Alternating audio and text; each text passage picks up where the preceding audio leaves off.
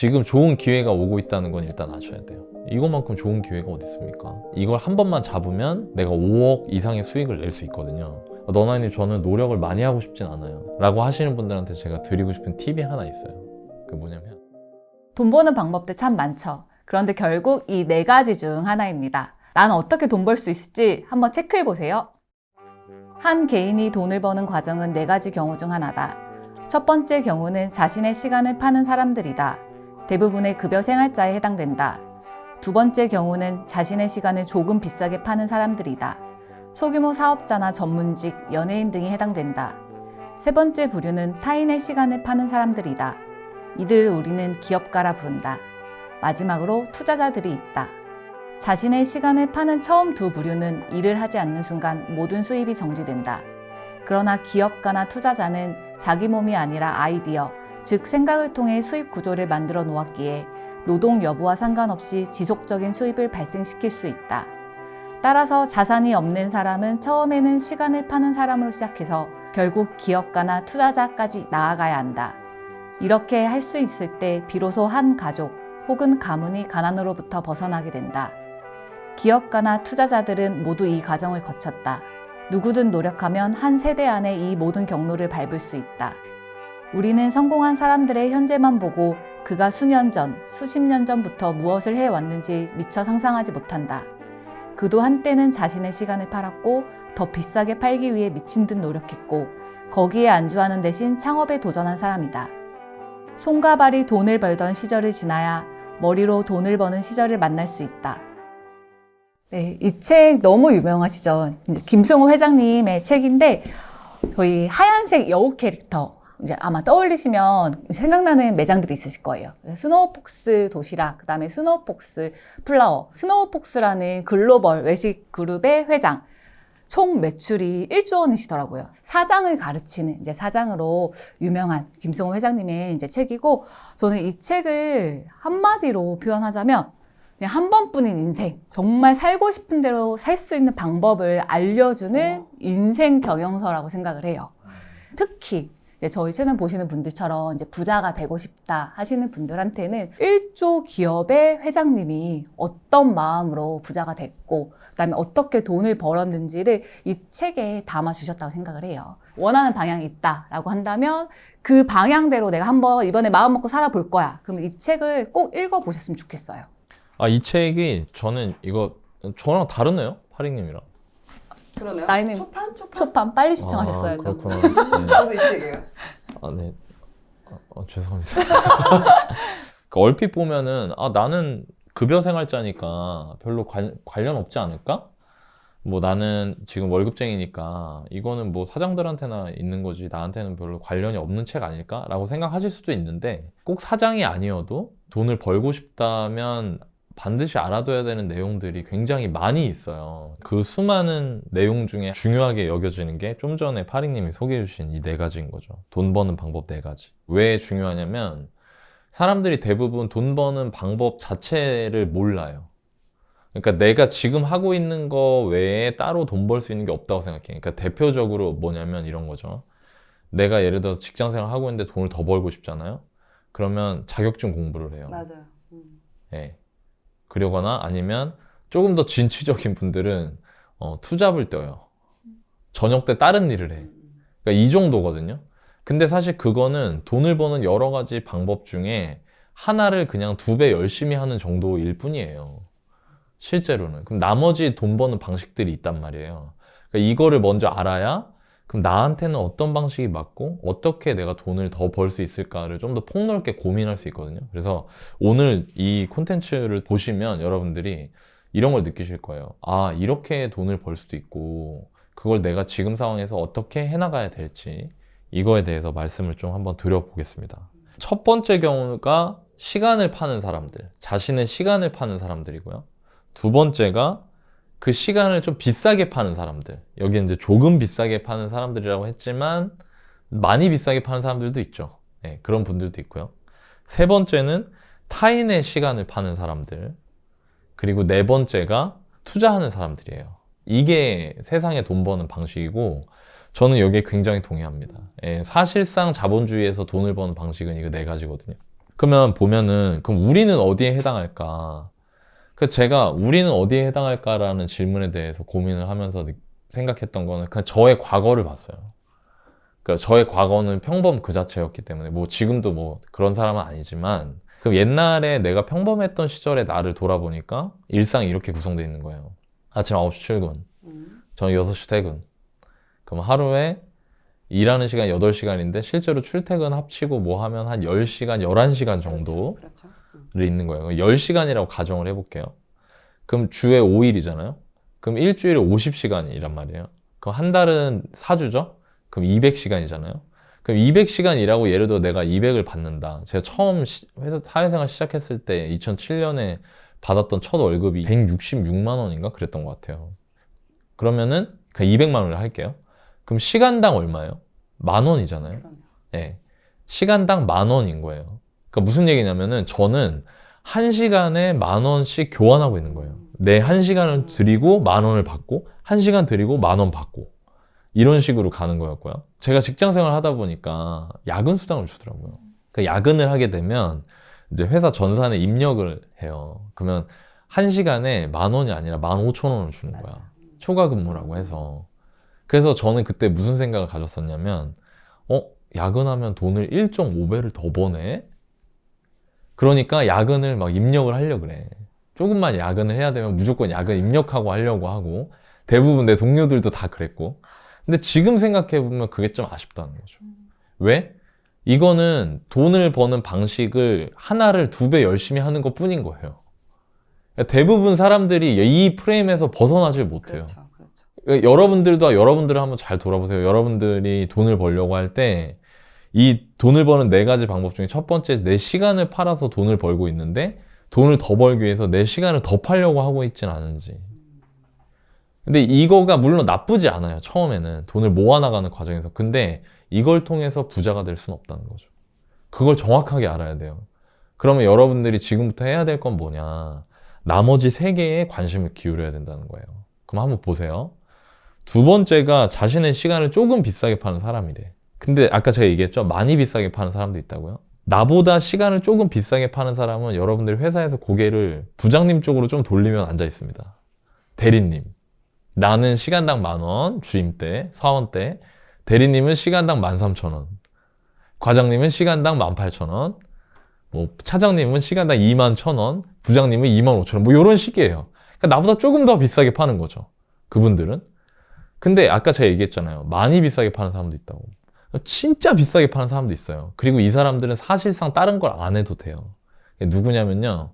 김연아 선수, 류현진 선수, 그 다음에 뭐 손흥민 선수 이런 사람들이에요. 주급이 뭐 몇 억, 막 몇 천만 원 이래 버리니까 나보다 훨씬 더 많이 비싸게 파는 거죠. 그럼 자 봅시다. 내가 지금 여기서 되게 많이 비싸게 팔고 싶으면 의사가 되거나 변호사가 되거나 손흥민이 되거나 류현진이 되거나 김연아가 돼야 돼요. 이게 현실적으로 가능성이 있을까요? 어려울 것 같습니다. 제가 보기에 쉽지 않을 것 같아요. 내가 만약에 10대라면 혹은 20대 초반이라면 모르겠어요. 근데 저희 영상을 보시는 되게 많은 분들 같은 경우에는 일단 그거보다는 나이가 많은 걸로 지금 저희가 나오거든요. 그러면 사실상 이거는 쉽지 않다는 거예요. 그러면 오케이. 하나 제껴요. 그렇지만 실망은 이르다. 아직 2가지가 남아있기 때문에. 3번째가 다른 사람의 시간을 통해서 돈을 버는 사람이죠. 그게 사업가예요. 그리고 4번째, 내 돈을 통해서 돈을 벌게 하는 거. 이게 투자자죠. 그러니까 본질은 똑같아요. 나 말고 다른 존재를 활용하는 거예요. 사업은 사람을 활용, 투자는 돈을 활용하는 거죠. 근데 저는 투자를 먼저 했고 그 다음에 이제 뭐 사업 단계로 너바나님 뭐 다른 동료분들하고 같이 시작을 했지만 제가 이 2가지를 하면서 느끼는 건 뭐냐면 투자가 조금 쉬운 것 같다. 물론 이건 사람의 성향이 있습니다. 그렇지만 일반적인 월급쟁이들이 시작하기에는 투자가 조금은 더 쉬운 것 같다. 왜? 돈과 사람 결국 이 2가지를 통해서 활용해서 돈을 버는 건데 돈과 사람의 차이가 있죠. 그게 뭔지 아세요? 사람은 감정이 있죠. 네. 돈은 감정이 없죠. 네, 그렇죠. 그래서 그 사람은 감정이 있어요. 정답. 네. 그리고 돈은 감정이 없죠. 그래서 돈은 사실 나를 컨트롤하는데 포커스가 맞춰져요. 투자는. 나 스스로를 컨트롤하고 내가 세운 원칙과 기준에 맞게 그걸 고수하면 그 다음은 제가 제 책에도 썼는데 투자란 생각보다 기계적 활동이에요. 여러분들은 오해하고 있어요. 제가 그걸 좀 알려드리고 싶은 거예요. 투자를 할 때 막 이렇게 막 이거야 막 뭐 이렇게 막 텔레비에 나오잖아. 막 무슨 천재 무슨 뭐 펀드 매니저 해가지고 막 뭐 버튼 딱 누르면 팍 하고 막 옆에서 막 걔는 막 안경 이렇게 하고 있고 옆에서 동료들이 야 넌 또 돈 얼마 벌었구나 막 쟨 천재야 뭐 어쩌고저쩌고. 여러분 그런 거 현실에 없어요. 그런 거 현실에 전혀 없고요. 그냥 딱 내가 정해놓은 어떤 원칙과 기준을 갖고 그거에 부합할 때 그 원칙과 기준이 된 상황일 때 난 어떻게 행동하겠다고 설정해놓은 그 행동만 하면 되거든요. 거기에 돈을 보내주는 거예요. 그 다음에 다시 돈을 가져오고 어떤 상황이 됐을 때 이걸 계속 반복하는 거예요. 물론 돈을 딸 때도 있고 잃을 때도 있지만 100판을 해서 51판을 이기고 49판을 지더라도 51판이 부를 가져다 주는 거예요. 그 두 판 차이가.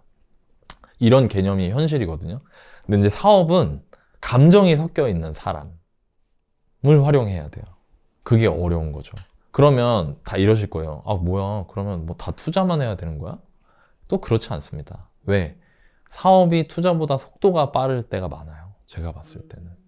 그러니까 똑같은 100억, 200억, 뭐 50억을 목표로 한다고 했을 때 투자는 굉장히 오랜 기간이 걸리거든요. 10년, 15년, 20년이 걸릴 수 있어요.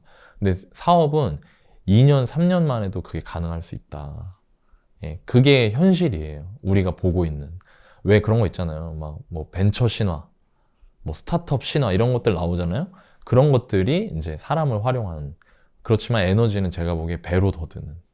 약간 요런 차이가 있다는 거를 말씀을 좀 드리고 싶고, 그럼 여러분들이 이거를 어떻게 활용해야 되냐. 투자를 한다는 분들한테 말씀드리고 싶은 조언이 하나 있는데요. 뭐냐면 제가 어디선가 이런 글을 봤는데 되게 충격적이었어요. 사람들은 돈 벌 시간이 없다. 일하느라 바빠서. 처음에 그걸 봤을 때 뭔 소리 하는 거야? 나 돈 벌려고 일하고 있는데? 라고 얘기했는데 그 글귀의 의미는 의미 있는 돈을 벌 수 없다는 거죠. 일만 해서는. 그러면 여러분들이 그걸 깨려면 투자를 해야 된다는 얘기고요. 투자를 하려면 여러분들이 어떤 부분을 포커스를 맞추셔야 되냐면 첫 번째, 바닥에 깔리는 게 있어요. 바닥에 깔리는 게 내가 목표로 하는 금액에 걸맞는 행동을 하는 거예요. 그러니까 예를 들면은 내가 10억을 벌고 싶잖아요. 그럼 10억을 벌 수 있을 만큼의 노력을 해야 돼요. 근데 내 목표는 10억이 아니라 100억이잖아요. 그럼 100억을 벌 수 있을 만큼의 목표를 해야 돼요. 그럼 산술적으로 10배니까 노력을 몇 배 해야 되겠어요? 10배 이상은 해야죠. 이걸 알아야 돼요, 먼저. 그걸 먼저 아셔야 된다. 너나님, 저는 노력을 많이 하고 싶진 않아요. 그렇지만 그래도 10억이라도 되면 너무 좋겠어요. 라고 하시는 분들한테 제가 드리고 싶은 팁이 하나 있어요. 그 뭐냐면, 부동산으로 치면요. 제가 부동산 투자자니까. 지금 좋은 기회가 오고 있다는 건 일단 아셔야 돼요. 너무너무 좋은 기회가 오고 있다. 왜? 떨어지고 있으니까. 이것만큼 좋은 기회가 어디 있습니까? 그것도 우리나라 자산 중에 거의 최우량 자산의 서울 아파트가 떨어지고 있는데. 자, 그러면 이걸 한 번만 잡으면 내가 5억 이상의 수익을 낼 수 있거든요.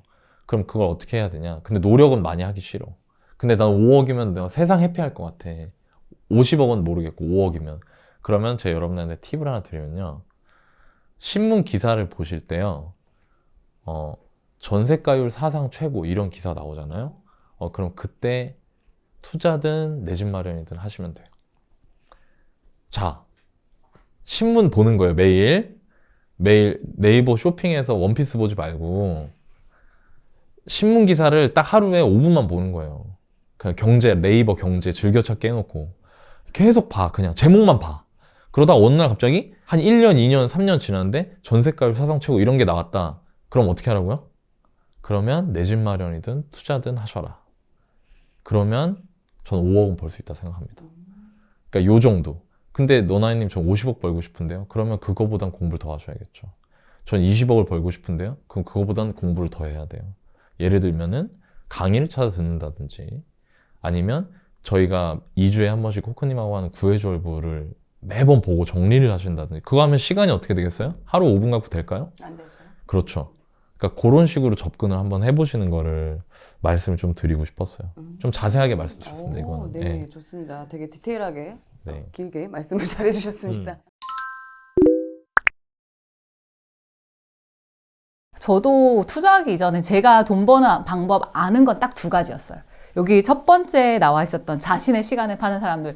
열심히 그냥 회사 가죠. 그다음에 너나님 얘기하신 것처럼 시간의 수당. 시간의 수당에 집착했지. 아주 집착을 많이 시간의 했어. 수당과 야근 수당에 휴일 수당도 있어요. 휴일 맞아요, 수당까지 맞아요. 챙겨서 저는 진짜 급여 소득이 다라고 생각했거든요. 그리고 여기서 조금 더 번다 하면 두 번째 경우 자신의 시간을 조금 더 비싸게 파는 사람. 그래서 어떻게 하면 승진할 수 있지? 이 고민도 되게 많이 했던 것 같아요. 근데 이제 공부하면서 이게 돈 버는 게 2가지 방법이 인생의 선택지의 다는 아니구나를 좀 알게 된 것 같아요. 그래서 여기 있는 4번째 얘기했던 이 투자자라는 다른 하나의 방법을 또 알게 됐고, 그리고 보니까 진짜 부자 된 사람들은 사실 이 4가지 중에 결국 우선순위를 선택하게 되더라고요. 우선순위를 선택하게 되는데 한꺼번에 다 하면 제일 좋잖아요. 근데 다 할 수는 없어서 최종적으로는 이제 본인한테 가장 맞는 우선순위를 선택해서 살게 되는 것 같고, 그냥 저도 마찬가지. 여기서 이제는 첫 번째에서는 네, 첫 번째 건 내려놓았죠. 첫 번째 건 내려놓고, 네, 이제 그러니까 단계가 점점 바뀌고 선택을 해서 나가게 되는 것 같아요. 근데 나 이거 진짜 지금 파링님 얘기 들으면서 또 하나 느껴지는 게, 그러네. 이렇게 하면 안 된다는 거잖아. 회사 다니고 야근을 하면서 승진해서 내 시간을 좀 더 비싸게 팔려고 자격증 공부를 하면서 동시에 부업으로 저녁 때 카페를 하면서 투자를 하기 위해서 주식 공부를 하는 거. 그러니까 그러면 안 된다는 거잖아. 맞네. 이거 처음 보시는 분들 4개를 다 하려고 할 수도 있겠구나. 그게 아니네요. 맞네요. 진짜. 첫 번째, 두 번째밖에 알 수밖에 없었던 이유가 학창 시절에부터 계속 이거에 대해서만 배웠잖아요. 공부 잘해야지 좋은 직업 가고 좋은 회사 들어갈 수 있고, 그리고 또 의사가 되면 또 돈 많이 벌고 떵떵거리고 성공할 수 있어. 오늘 왜 들이래? 오늘 왜 좋은 얘기 많이 하네. 이런 거를 계속해서 이제 듣다 보니까 저도 이 사업하고 투자자들은 타고난 사람들인 줄 알았어요. 뭔가 이거는 이거 맞다. 타고났거나 아니면 좀 그런 금수저로 이렇게 아예 그 맞아, 집안 맞아.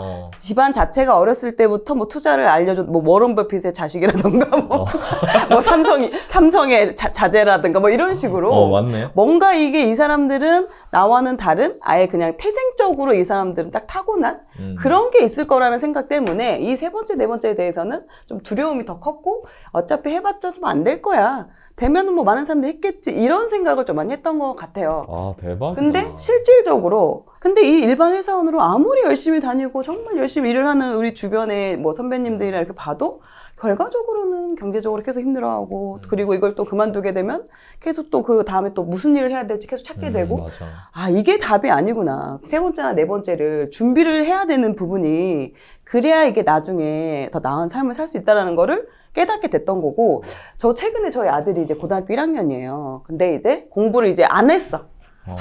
저도 챙겨주지 못했기 때문에 공부를 안 했던 애가 이제 자기도 이제 고1이니까 곧 자기가 이제 곧 성인이 될 수 있다는 생각에 이제 공부를 되게 열심히 하더라고요. 위기감을 느꼈는지. 그러니까 이제 확 닥친 거죠. 그러면서 제가 요즘 좀 시간이 좀 되니까 한가하니까 학원 딜리버리를 시켜주는데 좀 저를 부러운 눈으로 쳐다보는 느낌이 들었어. 뭔가 엄마는 다 한 것 같아. 왜 너무 한가해 보여. 나름 바쁜데. 그 눈빛을 제가 순간 캐치해서, 왜 엄마 요즘 좋아 보이냐? 엄마 좀 부러워? 내가 이렇게 물어봤을 때는, 네, 좋아 보여요. 그래, 어떤 게 좋아 보여? 엄마 뭐 직장 다니고 뭐 이런 것도 힘든데 그런 거 안 하시고 좋아하는 일 하시는 것 같고, 시간적으로 좀 여유 있으신 것 같고, 그래서 저희한테 화도 안 내시고 그러면서 최고인데? 그러니까 그런 부분이 좋아 보인다라고 얘기를 하더라고요. 그래서 제가 얘기는 했죠. 물론 지금은 이제 너가 결과를 보는 거고, 공부를 하는 이유는 물론 네가 뭐 어떠한 꿈이 있어서 할 수도 있겠지만, 현실적인 이유는 꾸준한 소득을 얻기 위해서 네가 좀 공부를 하는 부분이 크다. 근데 그게 끝이 아니라 그 외적인 부분도 네가 인지하고 있고 계속해서 준비를 해나가야 되는 부분이 있다. 그 부분을 엄마도 그걸 이제 느꼈고 그걸 해나갔기 때문에 그게 이제 성과로 이어지면서 지금 좀 여유로운 모습을 볼 수 있는 건데, 지금 네가 할 수 있는 거는 일정한 꾸준한 소득을 얻을 수 있는 그런 직업을 갖는 데 포커스를 맞추는 게 중요하고 지금 너가 해야 할 일을 해나가고 그러면서 이런 이야기를 좀 자연스럽게 너무 좋네. 했던 것 같아요. 왜냐면 이런 얘기는 또 학교에서는 해주지 않잖아요. 17살이 되면 그런 말을 할 수 있는 거야? 근데 그 전부터 저도 이제 제가 공부하거나 책을 받거나 이런 내용들을 좀 아이들한테 계속 얘기를 좀 해줬던 것 같아요. 아니 내가 얘기 들으면서 생각나는 게 얼마 전에 우리 딸이 시나몬롤을 엄청 좋아해가지고 시나몬롤이라고요. 이 뭐지? 캐릭터가 있어요. 아, 요즘에 아이들한테 핫한 캐릭터예요. 헬로키티 친구야. 아 옛날에 우리 헬로키티는 알아. 때는 헬로키티였는데 요즘엔 시나몬롤이야. 어. 근데 되게 웃긴 게 제가 이제 저희 딸이 시나몬롤 크로스백을 사고 싶다고 그래갖고 저희는 이제 일을 해야지 살 수가 있어요. 방 정리를 해야 돼. 얘는 레고 정리 안 하면 못 사. 몇 살, 몇 살? 7살. 7살. 8살 됐죠, 이제. 학교 1학년이니까. 근데 막 투덜투덜 하더라고, 또 하라니까 지가 어질러 놓고. 그래갖고, 너 이거 다 못하면 오늘 돈 못 벌어. 얘기하니까 막 투덜투덜 하면서 해. 왜냐면 시나몬롤 갖고 싶으니까. 내가 옆에서 지금이다. 때가 됐다. 이제 말을 해야겠다. 열망이 불타오르고 있다. 가가지고 싹 얘기를 했지. 방 청소하지 않고도 시나몬롤 살 수 있는 방법이 있긴 한데. 오. 진짜 눈이. 뭐야. 눈이 이만해져서. 순간 딱 멈칫했겠는데요? 아빠 뭔데? 그러는 거야. 그러니까, 돈이 일하게 하면 돼. 넌 지금 네가 일하고 있잖아. 돈이 일하게 하면 돼. 라고 얘기했어. 그러니까 우리 딸이 딱 그러는 거야. 내가 평상시 얘기를 4살, 5살 때부터 했거든, 이 얘기를. 그러니까, 투자? 그러는 거야. 그러니까, 그렇지, 투자야. 그러니까 갑자기 나한테, 아빠 나 그럼 내일부터 학교 안 가고 투자할래. 그치. 빨리 시작하는 게. 근데 이게 내가 얘기 왜 하냐면 첫 번째 부류에 계신 분들이 많잖아요. 많죠. 근데 잘 보세요, 여러분. 김승호 회장님조차도 처음부터 사업을 했던 건 아니에요. 맞아요. 여기 써 있잖아요. 어. 자산이 없는 사람은 시간을 파는 사람으로 먼저 시작을 그걸 해야 돼. 된다고. 그리고 그것뿐만 아니라 사업이든 투자든 배울 수 있는 그 기간을 확보해 주는 거거든요. 코크님 직장생활 했죠. 했죠. 25년 파링님 했잖아요. 네. 저도 했어요. 저도 13년인가를 했단 말이에요, 직장 생활을. 그러니까 여러분들이 지금 뭐야 나는 아직까지 자신의 시간을 팔아서 돈 번 사람이었네, 이런 한심한 난 지금까지 뭐 했나.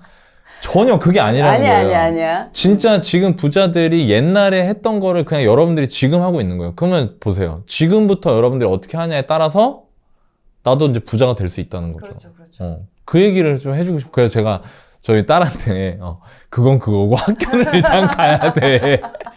너 학교는 일단 가야 돼. 공부도 해야 되고 배워야 돼. 그렇지만 나중에 때가 되면 아빠가 너한테 돈을 버는 방법을 직접 가르쳐 줄 거야 라고 말했죠. 그 생각이 나서 호크님도 똑같이 얘기했구나. 맞아요. 방금 그러면 따님한테 네. 돈을 버는 방법 알려주겠다 이런 말씀을 하셨잖아요. 네. 그럼 지금 이제 청취자분들은 이미 다 컸거든요. 학교도 나왔고 직장도 다니고 있고 지금 자기의 시간을 넣어서 이렇게 지금 돈을 벌고 있으니까 이분들한테 그러면 먼저 알려주시는 것도 참 좋을 것 같은데. 네. 돈을 버는 방법이요? 네. 그러니까 저는 이런 것 같아요. 지금이 시기를 아는 게 중요하거든요. 지금이 어떤 때지? 를 아는 거. 제가 아까 여러분들한테 말씀드렸던 것처럼 만약에 나는 50억이 아니라 나는 진짜 5억이면 너무 해피할 것 같다. 그럼 그거에 맞는 노력을 하면 되고, 그거 맞는 노력이 매일매일 신문 기사를 체크하면서 중요한 지표만 확인하는 거였잖아요. 나는 그것만 가지고는 참 불안하다. 너나님 좋은 말인 거 아는데 진짜 그것만 갖고는 내가 확신이 안 서서 못 하겠다. 그런 분들 같은 경우에는 강의 같은 거 들어보셔도 돼요. 강의 같은 거 들어보셔도 되고, 왜냐면 대신 이런 거죠. 강의를 듣는다 혹은 책을 읽는다는 거는 아까 제가 말씀드린 신문 기사만 보는 것보다는 더 많은 인풋과 비용을 하는 거잖아요. 그럼 당연히 기대 수익이 어떻게 되겠어요? 높아지는 거죠. 그러니까 예를 들어서 내가 10억, 20억, 30억을 벌고 싶다는 생각을 갖고 있다. 그러면 저는 책을 사서 보든 강의를 듣든 하는 게 중요하다고 생각하고, 중요한 거는 이전보다 강의를 들을 때 가성비가 좋아진 시기라는 거예요. 왜 그럴까요? 지금 가격이 전체적으로 싸지고 있어서. 그러니까 자산시장 자체에 기회가 오고 있고요. 또 하나는 제가 이건 시장에서 느낀 건데, 시장이 안 좋아지면 안 좋아질수록 경쟁자들이 사라져요. 맞아요. 그러니까 지금 뭐냐면 오히려 기회는 오고 있는데 투자에 대한 이해도가 없는 일반적인 분들이 이제 투자가 안 되나 보다 하고 시장을 떠나고 있거든요. 그러니까 이 두 가지 조건이 다 맞는 거예요, 지금. 그러니까 조금만 더 적극적이면 내가 훨씬 더 나은 상황인 거죠. 제가 알기로는 나이님이 이번에 부동산 특강 네. 하시는 걸로 알고 있어요. 제가 지금까지 말씀드린 것처럼 어느 정도의 본인의 인풋을 투입해서 다가오고 있는 좋은 기회를 준비하겠다는 분들한테는 도움이 될 것 같아요. 사실 저평가 아파트를 찾는 법 하나만 알고 시기가 됐을 때 실행만 해도 아까 제가 말씀드린 5억, 10억 정도는 할 수 있거든요. 이전 시장에서 제가 경험했던 것도 그렇고 내가 막 엄청 적극적이진 않더라도 막 너무 힘들게 나는 막 하진 않더라도 그 정도를 배워가실 수 있는 내용으로 준비를 했어요. 강의가 끝나고도 내가 할 수 있는 게 있어야지. 그게 아니면은 그 강의 듣고 돈만 쓰는 거잖아. 그 무슨 의미가 있어요? 듣는 그냥 분들한테. 자기개발 느낌? 그러니까 나는 그런 거 딱 질색이야. 내가 이거를 돈을 내고 배웠으면 그 다음에 오케이 그거 가지고 할 수 있는 게 나오고 그걸 꾸준히 하면서 실제로 내가 실행했을 때 돈이 돼야 그게 의미가 있는 거잖아요. 강의를 듣게 되면 그러니까 쉽게 말해서 저평가되어 있는 아파트를 찾는다는 거는 이런 식으로 하는 거구나. 그럼 나는 앞으로 이런 것들을 해나가면 저걸 할 수 있겠구나 라는 거를 알려드리기 위한 내용이에요. 그래서 뭐 만약에 여러분들이 나는 좀 더 적극적이다 라고 하시면 한번 들어보셔도 괜찮지 않을까라는 생각이 듭니다.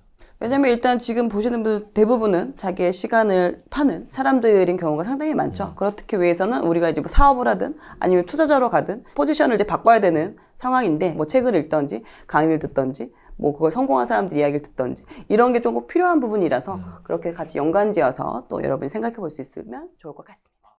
너나이님의 부동산 강의가 궁금하다면 고정 댓글을 확인해 주세요. 여러분 얼마 벌고 싶으세요? 10억? 30억? 그런데 이런 사람들 중에서 10억 번 사람들 본 적이 없어요. 내가 부자가 될 수 있다고 믿는 사람은 부자가 된다. 정확히는 그런 사람들 사이에서 부자가 나온다. 부자가 될 수 있다고 믿기에 부자 되는 방식을 찾고 그에 걸맞는 공부와 노력을 하니 부자가 나오는 건 당연하다. 반면에 내가 부자 될 수 없다고 믿는 사람은 부자가 될 수 없다. 부자는 나와 상관없는 일이니 아무 일도 하지 않을 것이다. 심지어 복권도 투자도 하지 않는다. 기회가 어떤 방법으로도 그를 찾아갈 수 없는 것이다. 생각이 현실이 된다.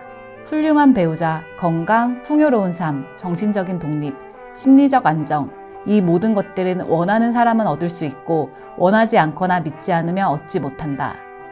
생각은 당신을 움직이게 하고 그에 맞는 인연이나 상황에 가면 기회가 찾아왔음을 분명히 알려줄 것이다. 당신 입에서 나오는 말에 조심하라. 무엇이든 그 입에서 나오는 대로 당신이 살아갈 것이기 때문이다. 뭔가 부정적이고 냉소적으로 말하면 현실 감각 있고 자신이 멋있는 줄 아는 사람이 많다. 그러나 이들은 똑똑한 바보일 뿐이다. 이 세상을 이겨낸 사람들은 절대로 그런 비관론자들이 아니다. 언제나 그럼에도 불구하고 희망과 꿈을 가진 사람들이다. 이들이 바로 성공한 바보다. 몇 년 전 이 교훈을 받아들였다면 당신은 이미 당신이 원하는 사람이 돼 있을 것이다. 지금 이 두 번째 기회도 놓쳐서 아무것도 믿지 않고 아무것도 바라지 않는다면 당신은 아무거나 돼 있을 것이다. 어차피 믿지 않는 사람은 이 글을 읽고도 변하지 않을 거라는 점이 가장 안타깝다. 제가 이 문구를 선정한 이유는 그냥 예전에 너무 저 같았어요. 부자라는 말이 진짜 되고 싶잖아요, 사실.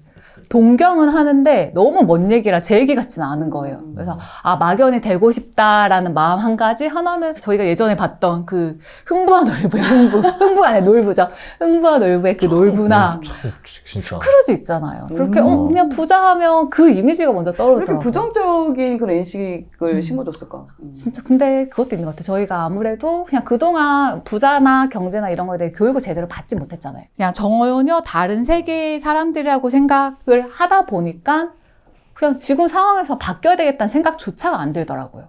지금 내가 뭐 돈 벌어서 뭐 내가 뭐 딴 거 해서 부자 될 수 있겠어? 그냥 살던 대로 사는 게 제일 편한 거 아니야? 거기서 생각이 멈춰 있을까 봐 너무 안타까워서 사실 그 얘기를 드리고 싶어서 이 문구를 선정했어요. 일단 성공하기 위해서 가장 중요한 것 중에 하나예요. 인식이. 그러니까 내가 세상을 보는 안경을 어떤 안경을 쓸 것인지가 정말 너무 중요한 것 같아요. 최근 이제 추천도서 코너에서 이제 행복이나 어떤 추구하는 가치나 이전보다 나은 삶을 사게 하는 것들 위주의 콘텐츠를 많이 했었잖아요. 이제 오늘 돈 얘기를 하는데 좀 본격적으로 그 얘기를 할 때도 사실 비슷한 얘기를 했어요. 뭐라고 했냐면 오늘도 여러분들한테는 아침에 눈을 떠서 출근하고 퇴근해서 집에 와서 잠들기까지 분명히 기분 좋은 일과 안 좋은 일이 있을 거다, 둘 다. 그런데 오늘 당신은 무엇을 볼 것입니까? 결국에 그 일이 벌어지는 건 내가 컨트롤할 수 없는 영역인데 나는 어떤 거를 보느냐에 따라서 내 하루는 행복해질 수도 있고 불행해질 수도 있다. 이런 메시지를 좀 드렸었거든요. 근데 돈도 똑같다는 거예요. 나는 돈을 벌 수 있어. 나는 돈을 벌고 싶어. 나는 돈을 벌기 위해서 이런 것들을 할 거야 라는 면을 보려고 하는 사람이 있는가 하면 돈은 필요 없어. 돈이 있으면 안 좋아. 돈은 불행의 씨앗이야. 이런 프레임으로 돈을 바라보는 사람이 있거든요. 상식적으로 생각을 해보자는 거야. 누가 더 돈을 벌 확률이 높겠냐고요. 돈을 벌려고 마음 먹은 사람이 당연한 그렇죠. 거예요. 그래야 그 기회를 보니까 찾고. 그래, 그렇지. 근데 되게 많은 사람들이 부정적이고 냉소적으로 그걸 대하면서 자기 스스로 거기서 멀어지고 있다는 거지.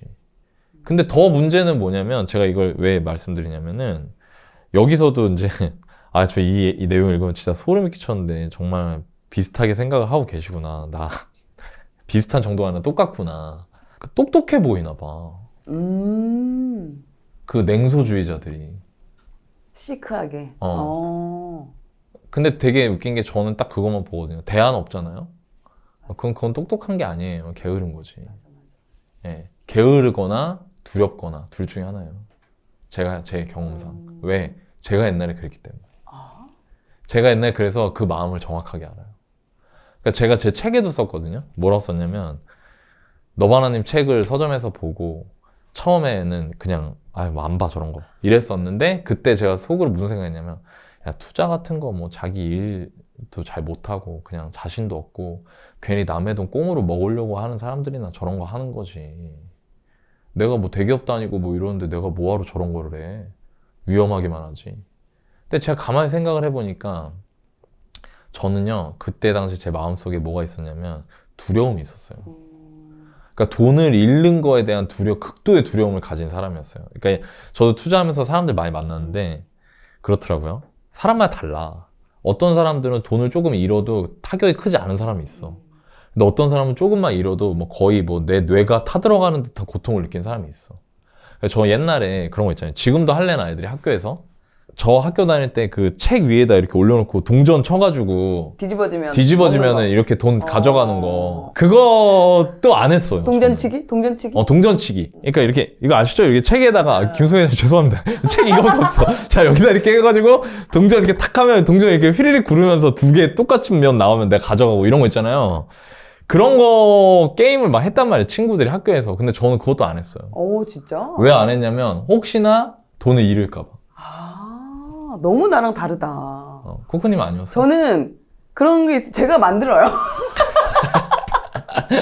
제가 만들어. 제가 주도해버려. 지금 안 하는데 그렇지. 그때는 그랬어요. 그러니까 저는 오히려 반대였으니까. 오히려 그 잃는 거에 대해서 되게 무뎌왔고 너무 너그러웠어요. 하다 잃을 수도 있지 뭐. 나중에 2배로 따면 되지. 막 약간 그런 게 좀 있었던 것 같아요. 그러니까 좀 달랐던 것 같아요. 그렇네. 근데 나는 그게 되게 컸거든? 내가 100억을 벌기 위해서 감당해야 되는 리스크는 100억어치예요. 근데 여기서 훈련된 투자자들은 그 리스크를 10억어치로 줄이는 거예요. 그러면서 성과를 내는 거거든요. 투자의 원리는. 근데 저는 이걸 아예 부정하는 거지. 내가 심지어 1000억을 벌 수 있다고 하더라도 1억만큼의 리스크도 감당을 안 하려고 하는 거야. 그러니까 어리석은 행동을 하는 거지. 저는 태어나서 복권을 사본 적이 없어요. 왜 그런 줄 알아요? 그 5,000원도 아까워서? 그게 잃으니까. 확률이 너무 낮은데. 근데 되게 재밌는 게요. 이런 성향을 가지고 있는 사람들이 되게 비판적이에요. 투자 같은 거에. 근데 되게 재밌는 건 그 사람들이 모르는 게 있다는 거죠. 뭐냐? 절대 부자가 될 수 없다는 거.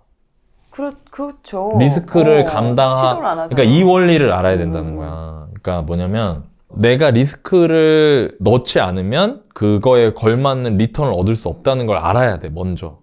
근데 리스크가 있는 거를 무조건 안 하려고 하면 당연히 리턴이 있어요, 없어요? 없죠. 그러면 두 부류로 나뉘는 거예요. 보세요. 딱 반 쪼개서 이쪽 사람들은 100억을 벌 수 있는데 그 100억에 대한 리스크가 10억이라도 안 하는 극도의 리스크 회피자들. 또 반대편은 이쪽은 100억을 벌 수 있을 것 같으면 1000억의 리스크를 감수하는 극단적 리스크 수용자들인 거야. 극과 극이네. 어머. 그러니까 대부분 이렇게 돼 있어. 그럼 어떻게 되냐면요. 이 사람들은 그냥 아무것도 안 해요, 계속. 그러면서 어떻게 되냐면 자기 행동을 합리화해야 되기 때문에 계속 비판적이야.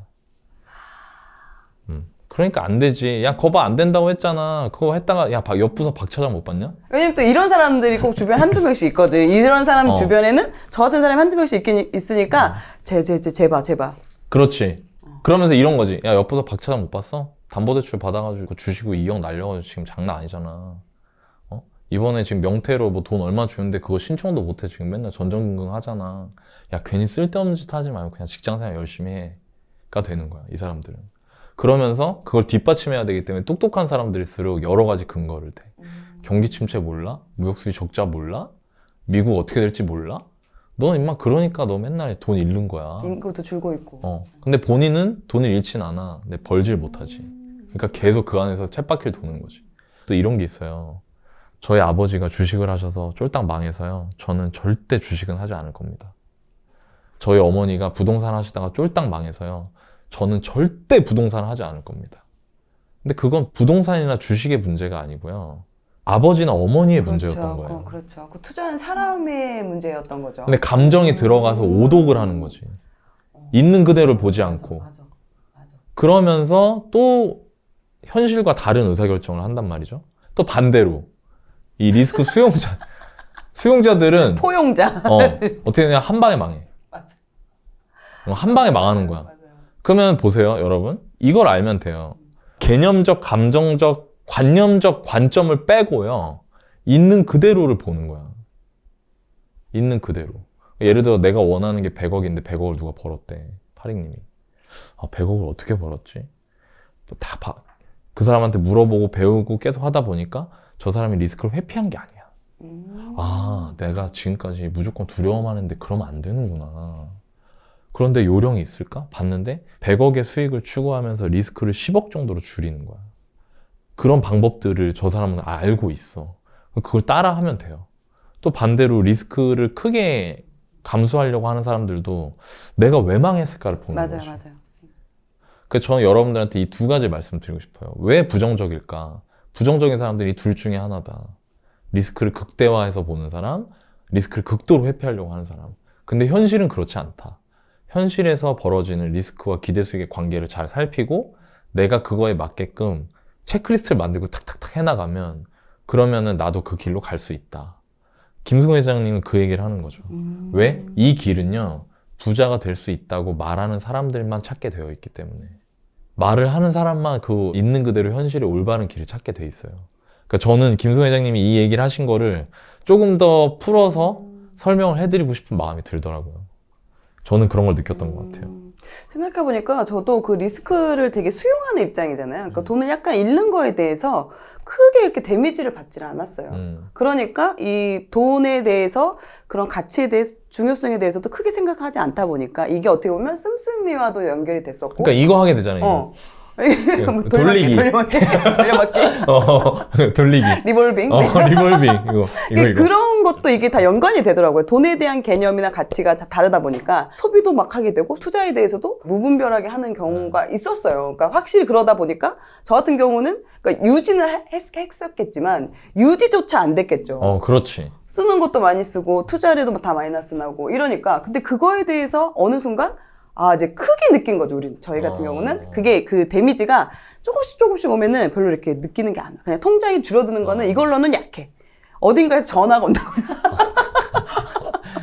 아니야, 그건 본인 성향이라 그런 거야. 그러니까 제 성향이 그랬던 것 같아요. 제 성향이 어딘가에서 전화가 온다던가, 막 부재중 막 20통, 어디 카드 막 이런 식으로 막 이렇게 데미지가 아예 저를 이렇게 진짜 귀찮게 하고 막 이런 정도가 와야지만이 데미지를 크게 생각했더라고요.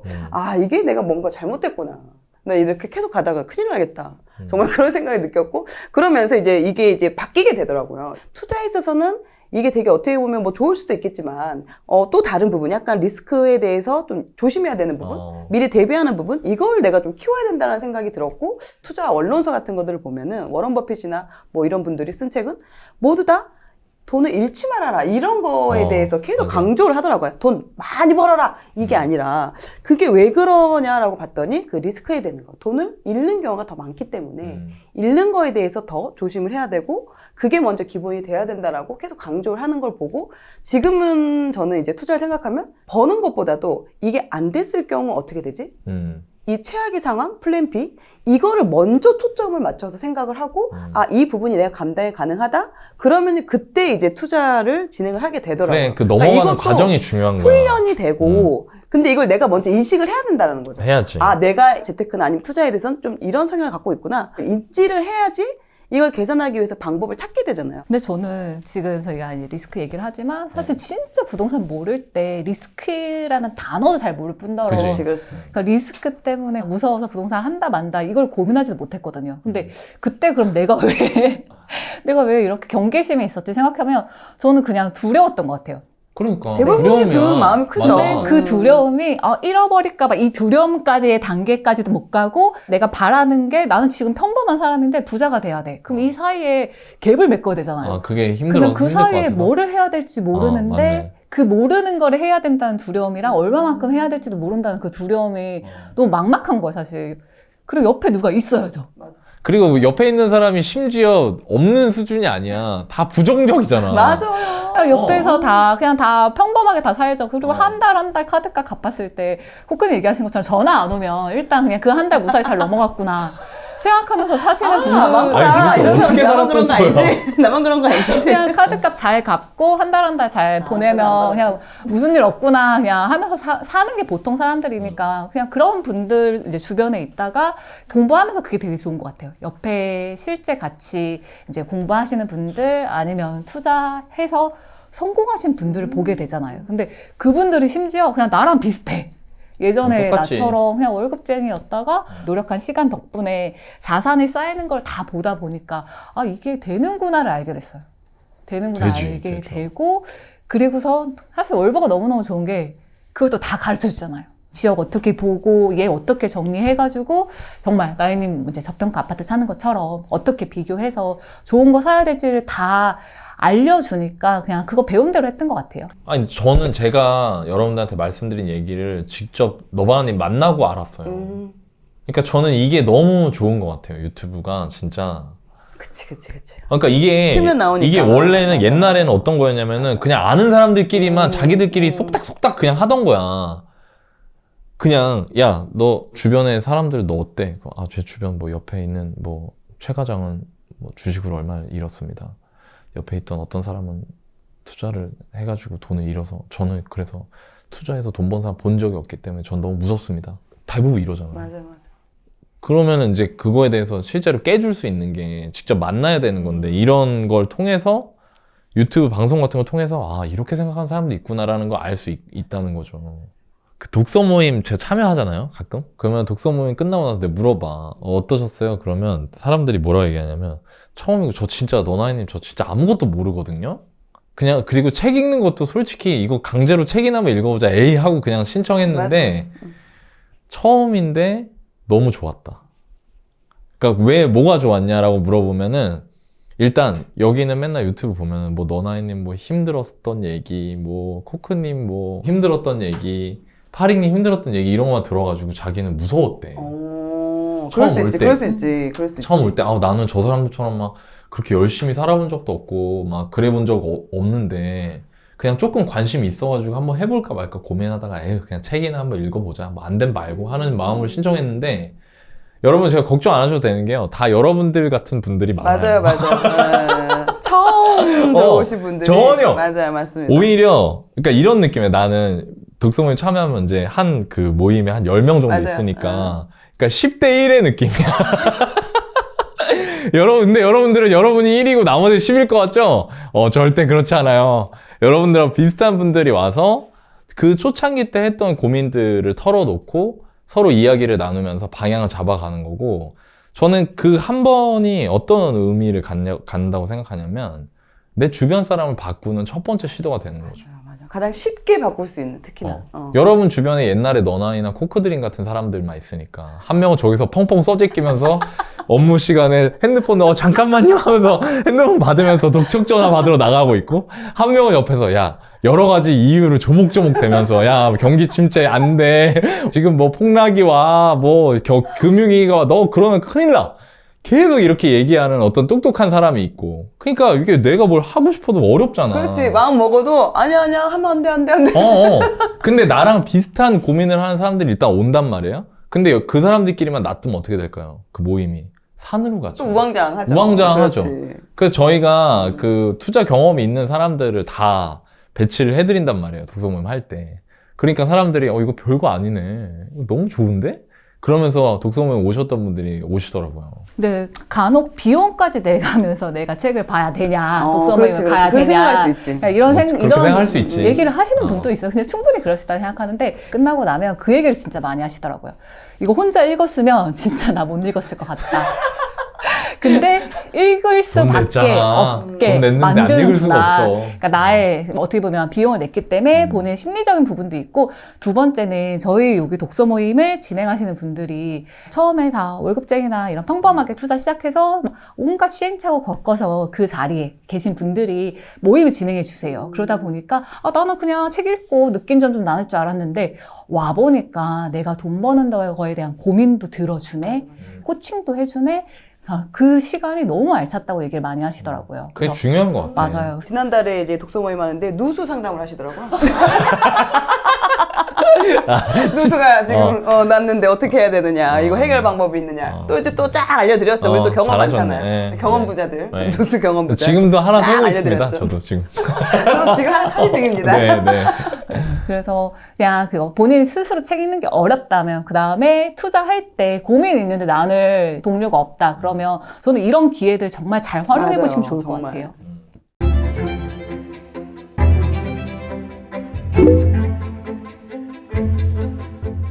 지금부터 1억을 모아야 된다면 몇 개월의 시간이 필요하세요? 3초 안에 이 답변을 못 하셨다면 여러분은 돈을 관리하는 방법을 놓치고 있는 거세요. 이제 버는 것만으로는 부자 되는 시대는 끝났다. 돈을 다루는 4가지 능력은 돈을 버는 능력, 모으는 능력, 유지하는 능력, 쓰는 능력으로 나뉜다. 돈을 버는 능력은 기초 핵심이다. 그러나 많이 버는 것으로 자산은 모이지 않는다. 돈을 모으는 능력이 있어야 한다. 재정 관리를 못하면 분명히 벌기는 버는 것 같은데 통장에 돈이 보이지 않는 희한한 일이 발생한다.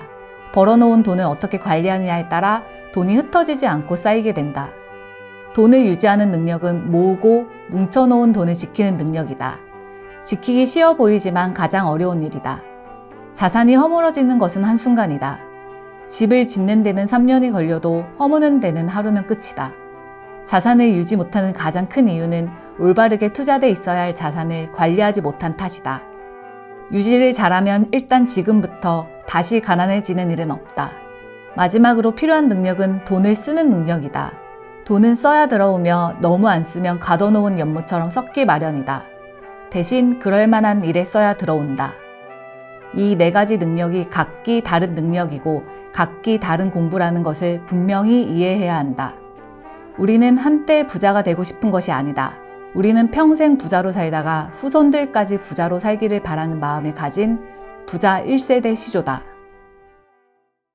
이 문구는 사실 사장학개론에 있는 내용하고요, 이전 김승호 회장님이 쓰셨던 굉장히 좋은 책이죠. 돈의 속성, 거기에 있는 내용을 좀 이렇게 결합을 해봤어요. 돈을 버는 4가지 방법을 저희가 1부에서 했었고, 이번 부에서는 돈을 다루는 능력 4가지에 대해서도 언급을 좀 해드리면 좋을 것 같아서 그 2개의 책을 베이스로 저희가 구성을 다시 했고요. 이 4가지 능력 중에 버는 거야 뭐 지금 다 벌고 계시잖아요. 그죠? 그러면 저는 모으는 능력, 유지하는 능력, 쓰는 능력, 이런 것들에 대해서 사람들이 많이 알아야 한다고 생각하거든요. 왜냐하면 이 3가지가 문제가 많아요. 제가 보니까. 맞아요. 돈을 안 버는 분들은 거의 없기 때문에 3개 중에 우리 각자 중요하게 생각되는 거 하나씩 얘기를 해볼까요? 맞아요. 네. 파링님은 뭐가 중요한 것 같아요? 저는 모으는 게 진짜 너무너무 중요하다 생각을 해요. 그래서 제가 네, 투자하기 전에 또 열심히 쓰면서 살았잖아요. 그래서 그때를 생각을 해보니까 도대체 우리 중에는 돈을 안 쓰고 산 사람이 없어. 신혼생활이 빌라 탑층이었거든요. 네, 빌라 탑층이었는데 그때 첫 월급이 지금 아직도 생생해요. 그 숫자는 안 잊혀지더라고요. 첫 월급의 숫자가 187만 원. 187만 원. 네, 그래서 결혼을 일찍 해서 맞벌이인 상태였는데 그냥 어떻게 살았지 생각해보니까 저축을 안 한 건 아니더라고, 제가. 원래 취직하고 나면 항상 누가 이렇게 찾아오세요고. 자산관리사. 자산관리사. 네, 너무 이름도 멋지신 자산관리사분들이 찾아오셔가지고, 이거 들면 어쨌든 노후 준비 끝이다 하는 상품이 있었는데, 그 상품을 저랑 이제 저희 배우자랑 한 개씩 들었죠. 그래서 30 해서 60만 원을. 변액이니? 맞습니다. 그렇다, 맞다. 네, 60만 30이니까 원을, 딱 그 정도 60만 원의 변액연금이 저의 노후를 네. 책임질 거라 생각하고, 걔를 제외하고 나머지는 썼어요, 그냥. 그래서 오늘 이것 때문에 한번 계산해봤어요. 그러면 대략 우리가 둘이 벌어서 한 그냥 맞벌이 400 정도 벌었으면 60 빼고 얼마를 쓰고 얼마를 모았지라는 거를 이제 와서 계산해봤죠. 네, 85% 정도 되더라고요. 그러니까 85%를 썼고 15% 15% 정도가 저축. 저축이 되는 그런 생활을 하고 있었는데 그냥 그러다 보니까 투자라는 게 그래서 너무 사실 남 얘기라는 생각이 들었던 것 같아요. 돈이 많아야 할 수 있는 건데 이걸로 무슨 투자를 해? 무슨 부동산을 해? 그 생각을 하면서 살았던 시간이 되게 길었고 그리고선 제가 이제 월부에 와서 어쨌든 이제 공부를 하면서 그냥 목표라는 게 생기니까 돈을 모으게 되더라고요. 목표가 없을 때는 그냥 하루하루 잘 살면 되는구나 했었고 정말 내가 집이라는 거를 한번 사봐야 되겠다라는 목표가 생겼을 때 그러면 이제 돈을 모아야 되겠네 하고 이제 마음을 먹고 돈을 모으기 시작했는데 저는 이게 어떻게 보면 첫 단계라고 생각해요. 목표를 일단 정하는 거. 얼마 모아야지라는 그 목표 수치. 근데 그때 당시 저희가 2016년이었죠. 이제 너나이님 아실 건데 당시에는 그래도 시장이 지금처럼 안 좋았다가 이제 막 좋아지는 타이밍인 거를 몰랐죠 그때는. 그렇죠. 근데 왜냐면 정말 좋아지다가 또 꺾일 수 있으니까. 네. 여전히 비관적인 마음이 많았어, 그렇죠. 그때. 근데 그래도 당시에 그래도 너무 사실 운이 좋았던 거는 당시에 투자를 좀 더 적은 돈을 할 수 있는 시기였거든요. 그래서 한 3천만 원 정도면 투자를 할 수 있는 때라 3천을 목표로 둬서 돈을 모았어요 일단. 3천을 모으게끔 일단 환경을 만들었죠. 내가 어디에 돈이 제일 많이 들어가고 있지? 카드구나. 카드를 잘라야 되겠다. 카드를 자르고 이제 체크카드를 쓰고 진짜 근데 저는 정말 안 되는 게 나는 예를 들어서 커피 얼마 이렇게 하나하나 목록 적는 거 너무너무 힘들더라고 저한테. 그러면 3천 모으면 나머지는 쓰자. 남으면 쓰고 사실 안 남으면 어쩔 수 없다. 그걸로 오히려 저는 그냥 목표치 정하고 가는 걸로 좀 돈을 모았던 것 같고 김승호 회장님 책에서 돈의 속성에서도 이 얘기가 있으시더라고요. 그러니까 1억을 만드는 5가지 규칙을 얘기를 해주시는데 여기서 얘기하시는 5가지가 첫 번째가 1억을 모으겠다고 일단 마음을 먹어라. 마음을 먹어야 돼. 그치. 그래야 뭘 하지. 얘가 첫 마음도 안 번째라는 먹는데 어떻게 얘기를 되겠어. 하셨고 두 번째가 1억을 모으겠다고 책상 앞에 써서 붙여라. 네. 그리고 세 번째가 신용카드를 잘라버려라. 네 번째가 통장은 용도에 맞게 나눠라 라는 얘기를 해주셨고 마지막 5번째가 1억이라는 수치 사실 크잖아요. 그러면 처음 일단 쪼개보는 거예요. 일단 저도 3천만 원이야. 그러면 그래 첫 달 얼마 모아보자 이렇게 하는 것처럼 이 1억도 마지막 5번째는 1,000만 원을 먼저 모아봐라 이렇게 얘기를 하시거든요. 그래서 저는 첫 단에서 사실 돈을 모으는 능력이 정말 되게 중요하다고 생각해요. 근데 이거 보니까 이런 분들이 많아요. 소비 통제가 안 돼. 돈이 안 모이죠? 돈이 안 모이니까 어떻게 되냐면 투자 의지를 상실해. 투자하려면 아까 파림이 얘기한 게 진짜 맞는 말인 게 그래도 1억은 있어야 투자라는 거 하지 않겠어? 잘 알지도 못하는데. 근데 내가 지금 돈이 1,000만 원 있어. 모르겠다. 그냥 어차피 투자도 못하는 거 하면서 다시 돌아가. 양마의 순환. 소비 통제가 안 돼. 돈이 안 모여. 투자 의지를 상실해. 투자 의지 상실하니까 다시 소비 통제가 안 돼. 돈이 안 모여. 이 양마의 순환이 있어요. 우리 와가지고 강의 들으러 오신 분들 중에 제일 많이 했던 얘기 그거야. 이것만 있어도 투자할 수 있어요? 나 왜 그동안 이거 투자할 수 있었는데 왜 안 했지? 이런 분들 엄청 많아. 그러니까 돈을 모으는 능력, 파림이 얘기하신 거를 반드시 갖추셔야 맞아요. 그 악마의 순환고리에서 빠져나올 수 있다. 저는 그 다음에 중요하다고 생각된 게 유지하는 능력인데 여기서 말하는 유지하는 능력은 뭐냐면 잃지 않는 능력을 말해요. 제가 보기엔. 김성 회장님은 굉장히 쉽게 쓰셨지만 일반 분들은 돈을 버는 능력은 엄청나게 직관적일 거예요. 왜? 내가 돈을 벌고 있기 때문에. 내가 하고 있으니까. 모으는 거? 조금 애매해. 왜? 모아본 적이 있는 사람은 직관적이야. 근데 모아본 적이 없었던 사람은 돈 모으는 거? 어떻게 해야 모으지? 막 이런 식으로 약간 이제 흐릿한 느낌이 들거든요. 사람이 누가 자기 경험 안 해봤기 때문에. 유지하는 능력은 더더욱 모를 거야. 도대체 유지가 뭐지? 왜냐면 나 유지는커녕 모아본 적도 없으니까. 그럼 이 재료를 유지해야 되나? 그러니까 이게 애매한 거야. 이분들한테는 제가 보니까 그럴 것 같아요. 그 일반적인 분들한테는 아니 돈을 유지하는데 능력이 필요해? 무슨 말이지? 이런 생각을 하실 거거든요. 그걸 제가 이제 제 생각에 해설을 해드리면 돈을 안 잃는 걸 말해요. 그러니까 이런 비극들이 많잖아요.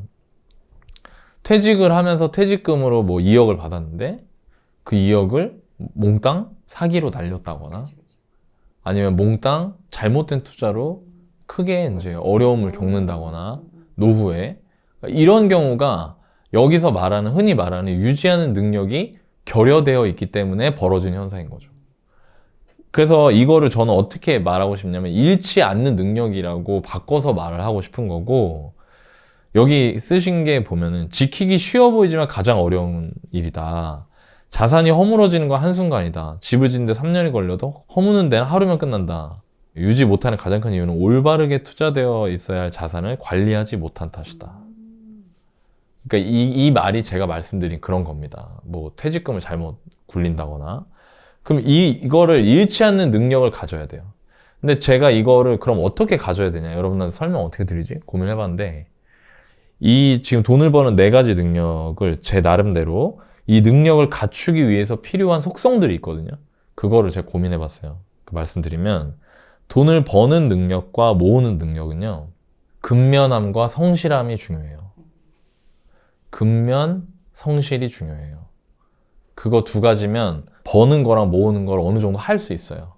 그런데 유지하는 능력이 근면하고 성실하다고 생길까요? 자, 우리 퇴직금으로 잘못된 사기를 당하거나 돈을 잃으시는 분들이 근면하고 성실하지 않아서 돈을 잃을까요?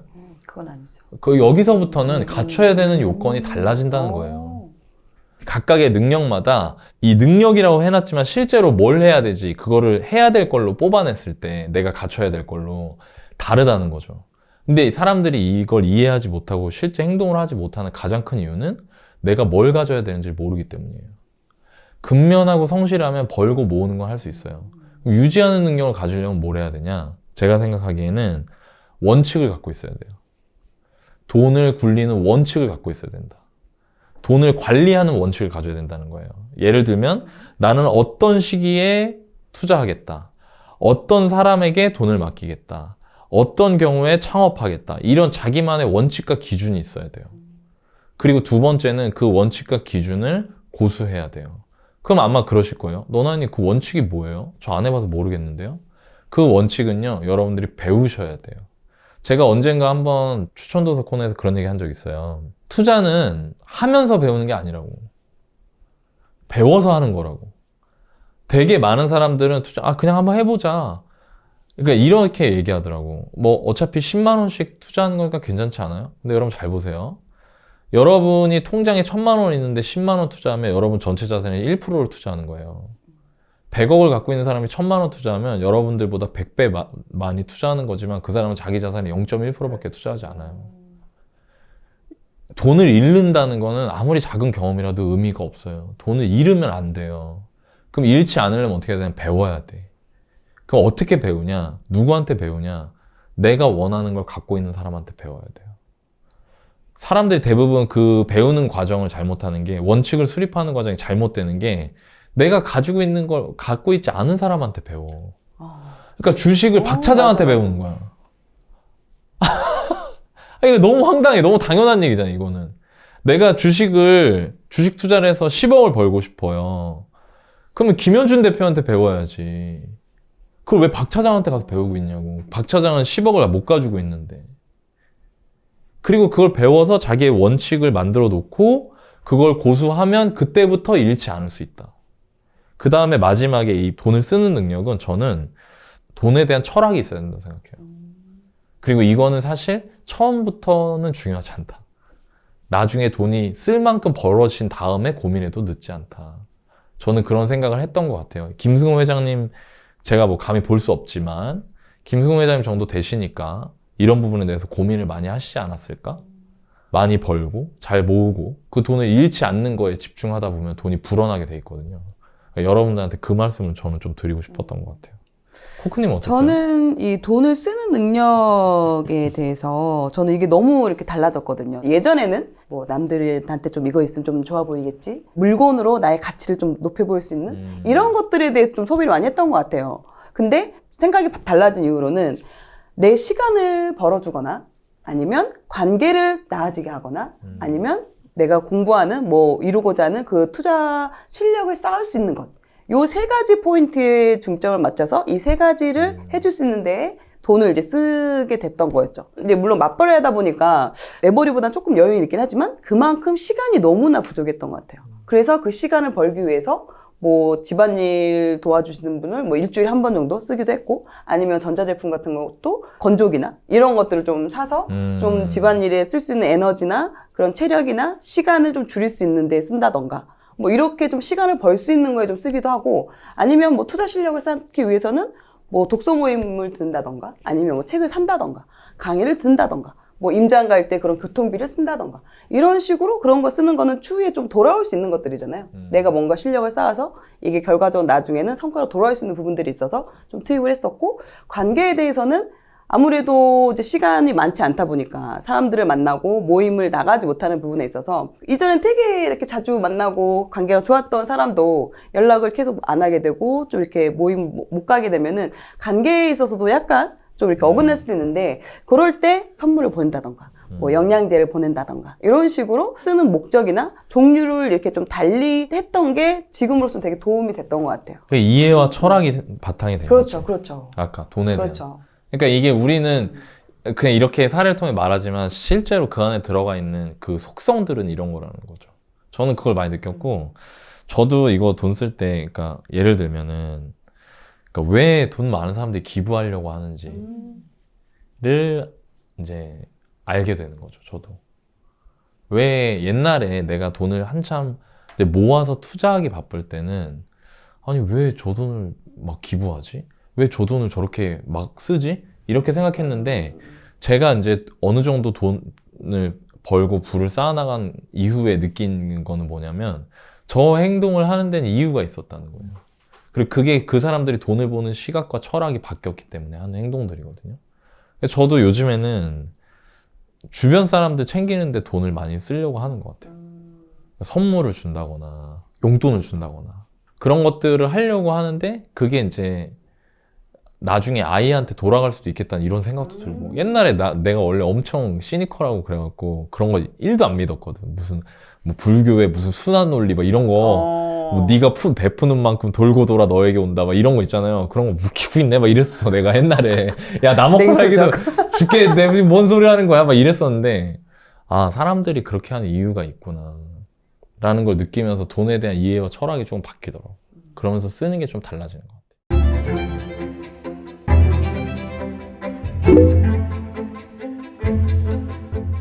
부자 되는 과정에서 여러분은 100% 이의를 겪게 될 거예요. 그때가 되면 이 영상을 꼭 떠올리세요. 실패는 여러 번 올 것이고 성공은 단 한 번 올 것이다. 실패란 삶의 일부라는 사실을 인식해야 한다. 그러니 실패에도 두려워하거나 창피해하지 말 것을 권한다. 모든 사람은 실수하고 실패한다는 것을 받아들이면 오히려 실패를 딛고 일어나는 것이 자연스러워진다. 실패를 축하하고 실패에서 긍정적 요소를 찾아보고 무엇을 배웠는지 살펴보는 것이 중요하다. 무엇보다 절대로 포기하지 마라. 끈기와 인내는 결국 모든 실패를 이익으로 돌려놓는다. 무엇이 실패로 이어졌는지 스스로 평가해 동일한 실수를 하지 않도록 하면 그 실패는 이미 가치를 지닌 것이다. 다시 도전하는 것을 두려워하지 말고 이전의 실패 때문에 새로운 목표를 만드는 데 주저하지 마라. 실패는 학습 과정의 자연스러운 부분임을 기억하면 언제든 다시 도전하게 된다. 성공은 힘든 여정이다. 성공한 것 같았는데 실패가 문 앞에 서 있는 경우를 여러 번 만날 것이다. 당신이 실패했다는 이야기는 도전했다는 뜻이고 거듭 실패했다는 이야기는 그럼에도 또 도전했다는 이야기다. 어쩌다 보면 포기해야겠다고 생각이 들 때가 올 것이다. 바로 그때다. 그때가 바로 당신이 다른 인생을 살 기회의 순간이 온 것이다. 실패는 도전에 견디지 못한다. 성공한 후에는 당신의 모든 실패는 자랑이 될 것이다. 제가 이 문구를 선정한 이유는 저는 실패를 너무 빨리 단정해버리는 그냥 지금 시기가 좀 안타깝더라고요. 특히 부동산 투자하시는 분들, 공부하겠어라는 마음 먹었을 때 길게 마음을 먹어요. 내가 5년, 10년 열심히 공부해서 투자해서 진짜 부자 돼야지 하고 마음은 먹는데 막상 이 5년, 10년 안에 당연히 오르는 시장도 있고 지금처럼 좀 좋지 않은 시장도 있잖아요. 한참 상승기 때는 내가 엄청 투자를 잘했고 성공했고 크게 받아들이는데 또 가격이 떨어지니까 이전에 내가 했던 그런 노력들을 다 아무것도 아닌 것처럼 생각해 버리시더라고요. 시간을 잘못 보낸 것 같아요 하고 시간을 부정해 버리시는 경우도 있고 그래서 그게 정말 안타까운 마음이 들었어요. 그때 당시에 열심히 공부했고 공부한 안에서 무리하지 않고 투자했으면 시장은 사실 바뀔 수 있거든요. 그러면 지금이 그냥 그 안에 있구나, 과정 안에 있구나 하고 볼 수 있는데 이미 결과가 나온 것처럼 가격이 떨어진 게 내가 뭔가 실수하고 실패했고 잘못한 거야 라는 마음을 갖고 계신 분들이 있는 시기라서 좀 그 마음 안타까워서 위로해드리고 싶었어요, 사실. 파링님은 투자를 언제 시작을 하셨죠? 제가 2016년 이제 월부에 와서 수업 듣고 공부하면서 시작을 했죠. 네. 그럼 지금 또 처음 보시는 분들이 계실 수도 있으니까, 네. 투자로 또 어느 정도의 또 성과를 내셨는지도, 네. 네, 궁금하실 것 같아요. 맞아요. 제가 10억 달성기도 이전에 출연했던 방송이 맞아요, 있는데 맞아요. 일단 시작은 4천만 원 가지고 시작을 했고 투자하고 한 5년 정도 지나면서 이제 30억이 넘어갔고 지금 40억을 막 바라보다가 저도 마찬가지 지금 시장을 조정을 만났죠. 받았죠. 그래서 조정을 받았지만 그래도 투자 덕분에 4천만 원 시작해서 이제 지금 현재 30억 순자산으로 30억 넣는 자산을 가지고 있습니다. 그럼 혹시 하신 것 중에 실패한 사례가 있으세요? 제가 월부에 와서 그래도 공부하고 투자를 했잖아요. 실패라고 할 투자는 없다고 생각해요. 그리고 저는 그냥 실패라고 얘기하지 않는 게 그러니까 투자라는 건 과정이 있잖아요. 사는 과정도 있고 이거를 지금처럼 보유하는 과정도 있고 마지막에 파는 과정까지 하나의 과정이 있는데 여기서 나는 끝날 때까지 끝난 게 아닌데 왜 중간에 가격이 오르고 내린다고 그러니까 지금 내리는 시기에 실패했다고 얘기할 것인가.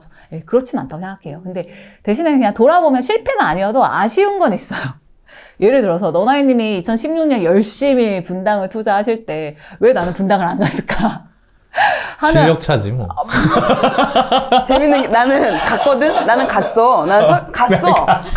가서 매물도 봤어. 매물도 보고 사장님과 얘기도 했어? 안 샀어?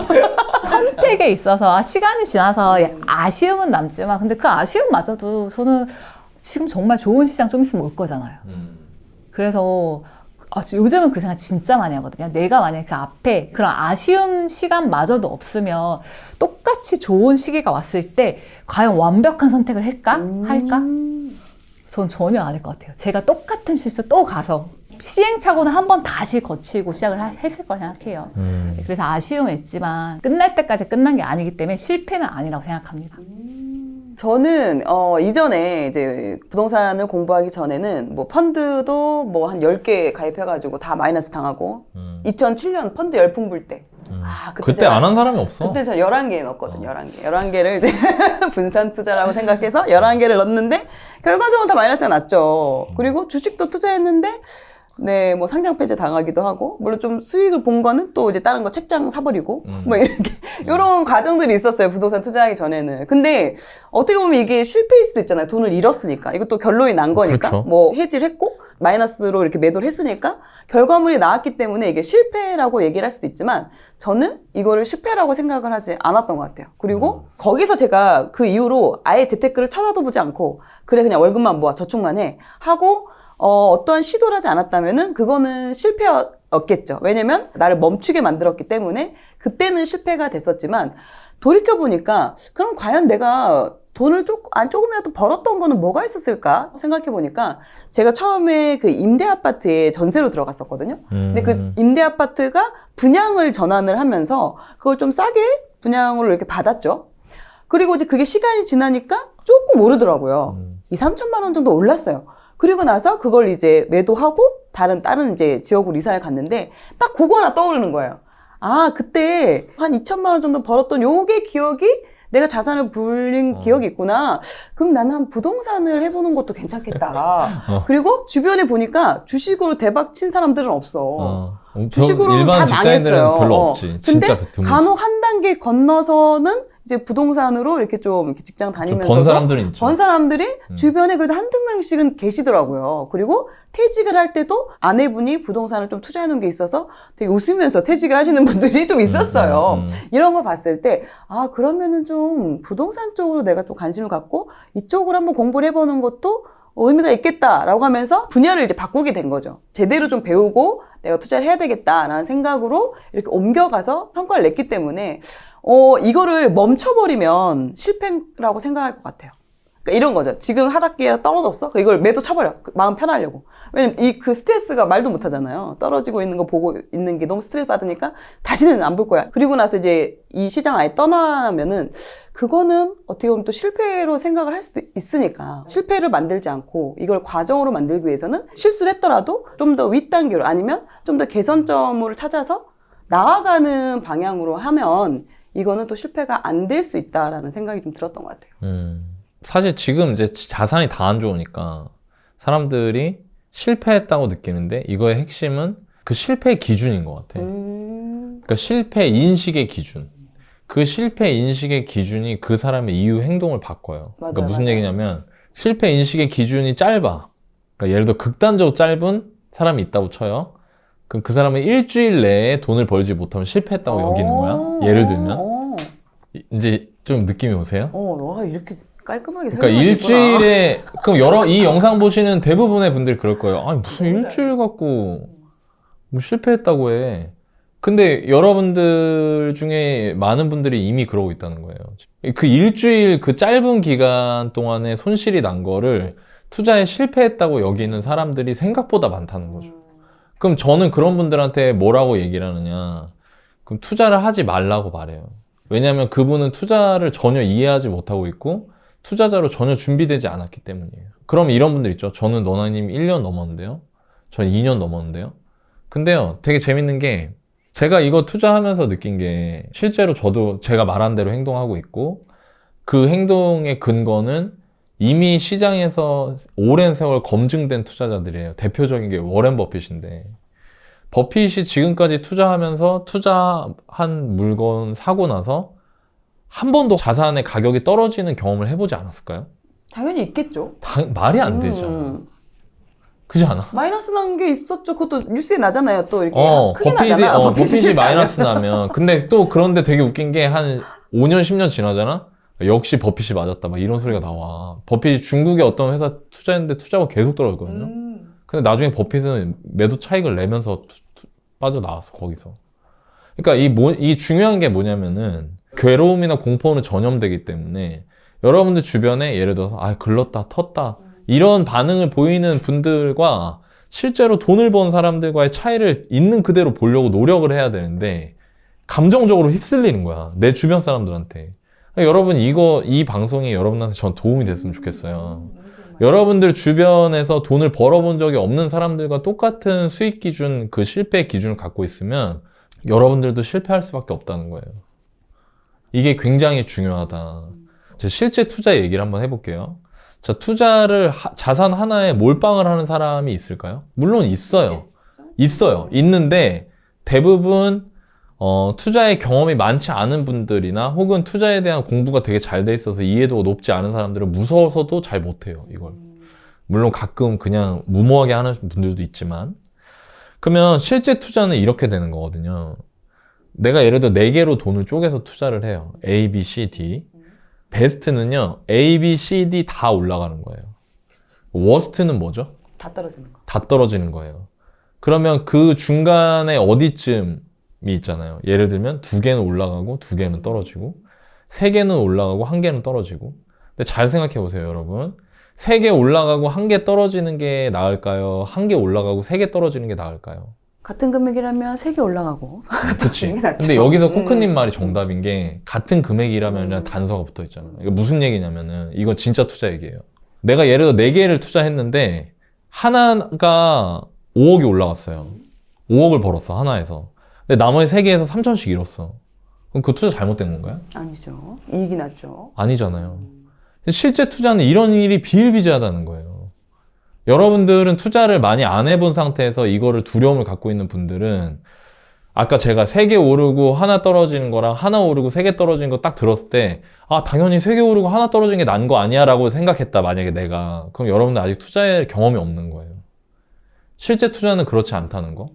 그러면 보세요. 내가 전체적으로 투자한 자산이 전체적으로 올라가 있으면 성공하는 거예요, 일단. 물론 베스트는 아니지. 근데 베스트는 거의 오지 않아. 거의. 저도요, 제가 투자한 것 중에 손해를 본 게 있어요. 저도 있습니다. 지금도 평가 마이너스인 게 있고요. 심지어 저는 어떤 느낌이 드냐면, 어느 정도냐면요. 여러분들이 알고 계시는 진짜 시간이 좋을 때 6년 전, 7년 전에 투자했던 것도 지금 거의 마이너스까지 온 게 있어요. 오. 아니, 부동산이 그런 게 있어? 예, 있더라고요. 그런데 제가 그걸로 돈을 잃은 거예요? 아니죠. 예, 나머지 것들이 돈을 번 거잖아요. 그러니까 실제로 투자는 이런 식으로 이루어진다. 일단 첫 번째, 기간으로서 내가 너무 짧게 손실에 대한, 실패에 대한 기준을 가져가는 건 옳지 않다. 두 번째는 이 개수로. 내가 여러 가지 투자를 했는데 그 중에 하나밖에 돈을 못 벌고 나머지 다 잃었다. 그렇다고 해서 그게 실패한 건 아닐 수도 있다는 거예요. 일단 이런 개념을 가지시는 게 중요하고요. 그러면 지금 오케이, 알겠어요. 너나님, 코크님, 파링이 얘기한 것처럼 실패의 기준을 짧게 하지 않을게요. 근데 도대체 언제까지 견뎌야 되죠? 그러니까 우리가 항상 그런 말은 할 수 있어, 우리끼리. 매일매일 지금 너무 짧게 보지 마세요. 길게 보세요. 근데 다 알잖아. 손실 나보면 느낌 있잖아. 도대체 언제까지? 내가 여기 지금 기회비용 묶여있는 게 얼마인데 이런 고민들을 안 할 수가 없거든. 이건 진짜 해봐야 하는 고민이야. 근데요, 저는 이런 것 같아요. 둘 중에 하나예요. 첫 번째, 원칙이 없이 샀으면 지금이라도 손절해야 돼요. 그 대표적인 예가 정고점을 회복하지 못하는 주식이에요. 특히 시대가 바뀌면서 버블이 생기는 그러니까 쉽게 말하면 뭐 예를 들어 최근에 유행했던 거 IT. 제가 이제 현준 대표님하고 그 방송하면서 굉장히 많은 걸 깨닫고 배우는데, 부동산은 정고점 회복이 되거든요. 국가 경제가 꾸준히 성장하고 수요가 어느 정도 계속 꾸준히 존재하는 지역에 한해서, 앞으로는 다를 거예요. 지방의 작은 데는 제가 보기에 좀 어려울 수도 있을 것 같은데, 어쨌든 그런 거는 정고점 회복이 되고 그거는 그냥 기다려도 돼, 정말. 특히나 아파트 같은 자산이라면. 근데 주식은 아니더라고. 마이크로소프트가 엄청 좋은 회사잖아요. 근데 마이크로소프트가 2000년대 초반에 IT 버블, 닷컴 버블 회복하는데 18년인가 걸렸대. 정확하진 않아요. 근데 굉장히 오랜 시간이 걸렸어요. 근데 솔직히 18년 돼서 원금 회복할 거면 차라리 잘라내는 게 낫잖아. 그죠? 근데 이거를 사람들이 못해. 구분을 못해. 왜? 원칙이 없으니까. 공부가 안 돼 있고 모르니까. 그럼 여러분들이 투자하신 것 중에 난 원칙 없이 누구 얘기 듣고 그냥 샀는데 돈 막 잃고 있다. 그러면 손절하는 게 맞지 않나. 저라면 그렇게 할 것 같고요. 반대로 원칙을 갖고 샀는데 시장은 예측할 수 없기 때문에 그 원칙을 갖고 샀음에도 불구하고 내가 산 거보다 손실이 나 있는 상황이다. 그러면 이 실패는 더 늘려야 돼요. 얼마나? 저는 적어도 제가 이건 갖고 있는 기준인데 저는 5년을 봐요. 5년 안에 투자해서 성과가 나지 않으면 저는 그 투자를 저 스스로 셀프로 이건 내가 잘못 투자했구나라고 생각해요. 그 얘기 뭐냐면요, 5년 정도의 시간은 충분히 감내할 수 있어야 된다는 거예요. 투자로 돈을 벌려면. 그러면 어떻게 되냐면 무슨 일이 생기냐면요, 4개를 했는데 투자를 4개가 다 떨어져. 내가 투자했는데. 근데 5년이 지나잖아요. 그 베스트는 뭐다? 4개가 다 오른다. 워스트는 여전히 최악인 거예요. 근데 원칙을 갖고 샀다면, 검증된 원칙과 기준을 갖고 샀다면 저라면 버텨요. 그러면 운이 좋으면 4개가 다 베스트로 올라오고 이 중에 2개라도 베스트로 올라와서 전체 수익은 수익으로 상쇄가 돼요. 제가 경험한 겁니다, 이거는. 그러니까 여러분들이 이런 식으로 팩트를 보려고 노력하셨으면 좋겠고, 마지막으로 왜 나는 조급해질까에 대해서 객관적으로 봐야 돼요. 왜 이런 상황일 때 난 힘들까? 근데 이게 있더라고요. 그 인간의 뇌는 고통도 2배, 기간도 2배로 인식한대요. 2,000원 벌었을 때의 기쁨과 1,000원 잃었을 때의 슬픔이 양이 같아. 나에게 주는 자극량이. 그러니까 예를 들어 내 2,000원을 잃었을 때 그 슬픔을 상쇄하려면 4,000원만큼을 벌어야 돼. 사람이 그렇대. 왜 그런지는 모르겠어요. 저한테 그건 물어보지 마시고. 그렇기 때문에 여러분들이 실제로 손실이 난 금액보다 2배로 고통스럽다는 사실을 알아야 돼요. 자, 2배로 고통스럽기 때문에 잘못된 결정을 할 수 있다는 거 알아야 되고요. 두 번째는 기간도 똑같아요. 기간도 2년을 내가 손실을 겪잖아요. 그럼 4년 동안 상승할 때 그 희열과 거의 비슷한 충격량을 가지는 거예요. 되게 웃겨. 부동산 상승장 8년 갔잖아. 그거 길다고 한 사람 별로 없어. 근데 지금 한 1년, 2년 떨어졌잖아. 난리도 아니야. 맞아요. 그러니까 이게 인간이라는 거야. 근데 그것 때문에 의사결정을 똑바로 못하는 거지. 2배 크게 보니까. 그러니까 이런 차이를 아시고 대응을 해나가셨으면 좋겠고, 저는 부디 여러분들이 그 실패에 대한 잘못된 기준으로 안 좋은 의사결정을 하시지 않았으면 좋겠다는 생각이 들고요. 제가 투자자로서 경험했던 것 일부를 말씀드린 이 시간이 우리 3명 다 여러분들 지금 현재 투자로 조금 힘들거나 실패 아닐까라고 고민하시는 분들한테 좀 참고가 됐으면 좋겠네요. 여러분, 절대 실패하지 않았습니다. 부자 되는 방법 알려드릴게요. 지금 바로 고정 댓글 확인하세요.